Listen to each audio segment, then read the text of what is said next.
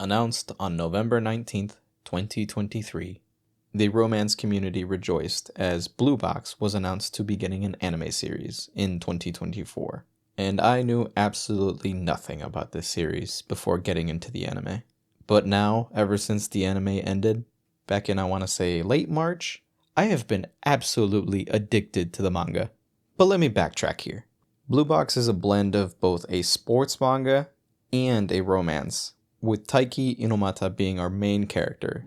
And at the beginning of the series, he's just your average badminton player, your average teenager. But as the series progresses, we see him grow not only as a badminton player, but we see his love for Chinatsu grow as well. Now, Chinatsu is a second year in high school, and pretty much by this point in the manga, I believe she's the captain of the basketball team, but she's no slouch. And these two for a while have been admiring each other from afar, both really respecting each other as players of their respective sports and the dedication that they show to those said sports.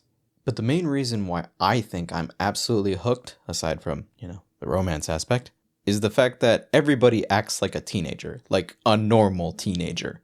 Sure, we still have the classic romance tropes of, oh my gosh, this is a misunderstanding, but it's being blown out of complete proportion. But again, for the most part, this is a pretty normal romance series with sports. And unlike certain manga that have been dragging out their romance for way too long, there's a payoff by chapter 100-ish. And it's nice. It's nice to see progression in a romance series. But in addition to that, just steady progression of seeing these two characters slowly fall for each other, well, more than they already had, there's also casualties that still feel really natural. See, because aside from our two main leads, we have Hina. Now, Hina is a national competitor on the gymnastics scene in Japan. She's well liked by her classmates, and she's been friends with Taiki for a while. Hina isn't your normal childhood best friend trope type character, but she's known Taiki for a little bit. And the way she goes about expressing her feelings for Taiki, despite them not being reciprocated, are just normal. She doesn't try and sabotage Taiki's love for Chinatsu. She relentlessly teases him and hopes that he will one day fall in love with her, but she never forced anything, and that made me in a way kind of root for Hina. She's just a really likable love interest for Taiki, at least in my opinion. Now, I realize I've probably been talking about just Hina for a little bit too long, but I think that's realistically why I'm addicted to this romance manga too. I'm not just invested in the main romance of the series, but I've been really invested in the side characters of this manga. An example of such would be Yumeka, who is one of Chinatsu's childhood friends. They played basketball for a couple years, and at one point, Yumeka just quit. And so then the story dives into this arc about what it means for a teenager to play sports. Because see, Yumeka did it because her dad loved basketball, and she loved playing basketball for her dad. And then eventually she just fell out of love with it and grew to even resent the sport. And that's as much as I want to spoil it, because it's a really good arc, not just for a romance manga, but for a manga in general. And the sort of stuff that Taiki goes through in that arc for Chinatsu and for Yumeka just goes to show how good of a character or of a person that he is. He really just gives off that golden lab energy. But Taiki is also willing to be serious because as an athlete, he's ambitious. And as a man who is madly in love, he is also really ambitious. And I've come to respect him a lot as a main character because he doesn't really lose focus of the things that he wants. Like, even as a normal teenager, Taiki just knows that he wants Chinatsu, and he knows that he wants to go to nationals so bad.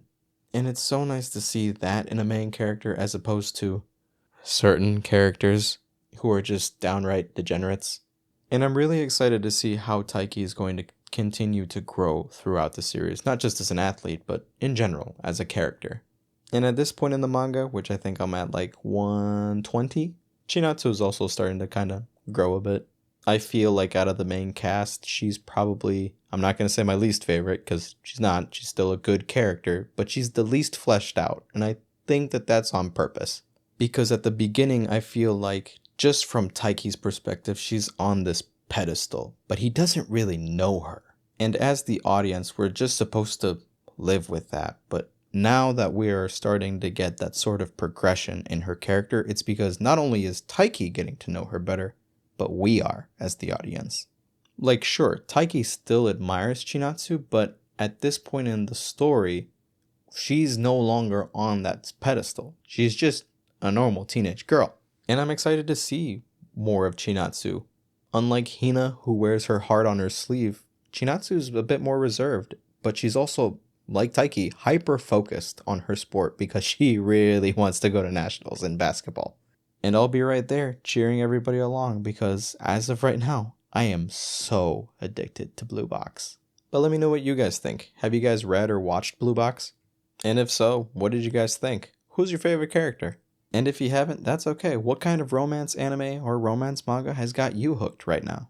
Please feel free to let me know in the comments down below. Thank you guys so much for watching. If you guys enjoyed the video, please feel free to drop me a like, share the video, or subscribe. This has been Sagi Taco, and I will see you guys in the very near future for another video. Hasta luego.